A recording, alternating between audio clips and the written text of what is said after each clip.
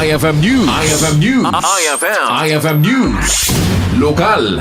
Naangay ti SM City Lawag Top Ayan ICT6 wenno Ilocos Cycling Tour. May isa nga endurance ride anang runos kaligiti siklista.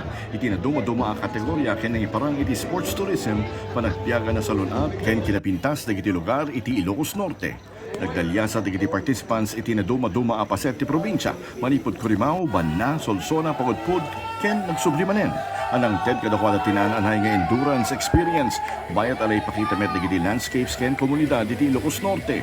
Ado pata kategorya ti ride iso dagiti 250 km, 200 km, 150 km ken 100 km categories.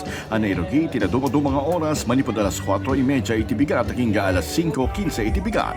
Naited met dagiti espesyal pa premyong kaliti sa magmamano nga umuna a finishers ken may sa kadagiti nabigbig ket ni RJ Fuentes Fina manipod kabugaw ang nagbaling nga umuna a finisher iti 250 km category. Naipaayan dagiti finishers ti eksklusibo a lokal na food experience iti Ilocano Rice Cake Bar ken Empanada Station iti Dap Ayan Park Mall entrance iti SM City Lawag. Naangay ti event babaen ti BGC Sports Management, Dap Ayan Sportsmaster ken Province of Ilocos Norte ay sinuportaran met dagiti event partners akas ti SM City Lawag, Chris Sports SM Store, Foam Coffee, Milo ken GMA Bicycle Shop. Babaen iti Dap Ayan ICT6 na ipakita manen ti Ilocos Norte saan laing nga kastural dagiti magandat adalan para iti cycling no diket kas destinasyon met para iti sports tourism, lokal na kultura ken panagkaykaysa ti komunidad.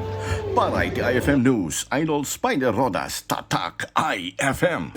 IFM News. IFM News. IFM News. Lokal.